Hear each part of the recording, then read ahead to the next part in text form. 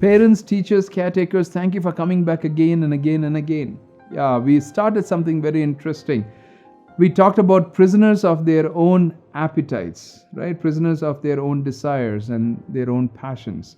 And the second episode we talked about is they've become prisoners of their own curiosities. Today we're going to talk about something very interesting. I see many of our children, our teenagers, our young people have become prisoners of their own double-mindedness. Really? What is that double-mindedness? They are not even able to decide what they want to do. They're just jumping in from one thing to another thing, to another thing, to another thing, to another thing. I recently, had to take a journey with somebody, and when I did some reference about this person with somebody who mentored this person, and this person said this. I said, George, I've seen this person, this boy, have been always in the double-minded place. He has never been stable. He always jumps from one thing to another thing, to another thing, to another thing, to another thing. Now, what happens when a teenager, when a young person, when our children live in that place, they become prisoners of that place of double-mindedness. They become prisoners of double-mindedness. What do I mean? That they don't have clarity. As young as they are, they need to be very clear on where God is leading them. I think that's not going to come immediately. It's slowly, we should be able to fuel that place of clarity. If they're going to walk in that place of double-mindedness and we sit back quietly and just say, yeah, it's okay, yeah, they will find out. I do understand that place where teenagers and young people, they may not be able to immediately choose certain things, and they can always have the trial and error in that place where they're choosing something and then they realize this is wrong and they choose something else. I do understand that.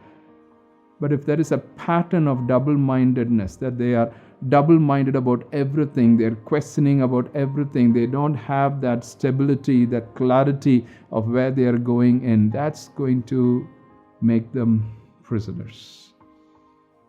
With God, it's very clear. The commandment of the Lord is very, very clear. You shall have no other gods before me. You shall have no other gods before me. Very clear.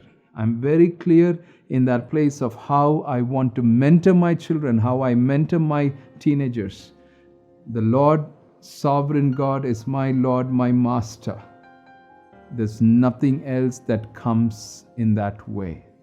Today, some of our children in that place where they become prisoners of double-mindedness have made several other things as their gods. That's where the problem is. That's where the problem is. I'll give you two very strong principles in the place of double-mindedness. Keep asking certain questions in your mentoring time and helping them to keep checking their convictions. I think it all comes to that place of convictions. If our children make their decisions based on convictions, they will shoot for a long term.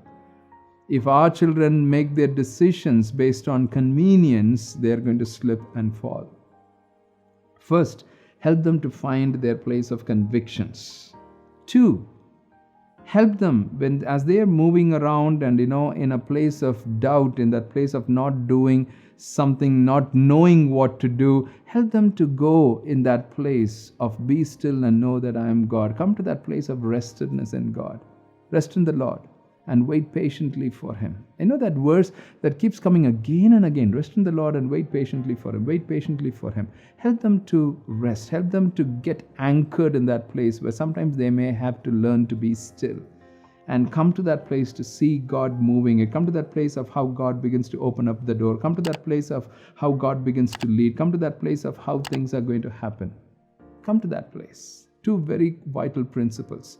We don't want our children, we don't want our teenagers, we don't want our next generation to become prisoners of double-mindedness.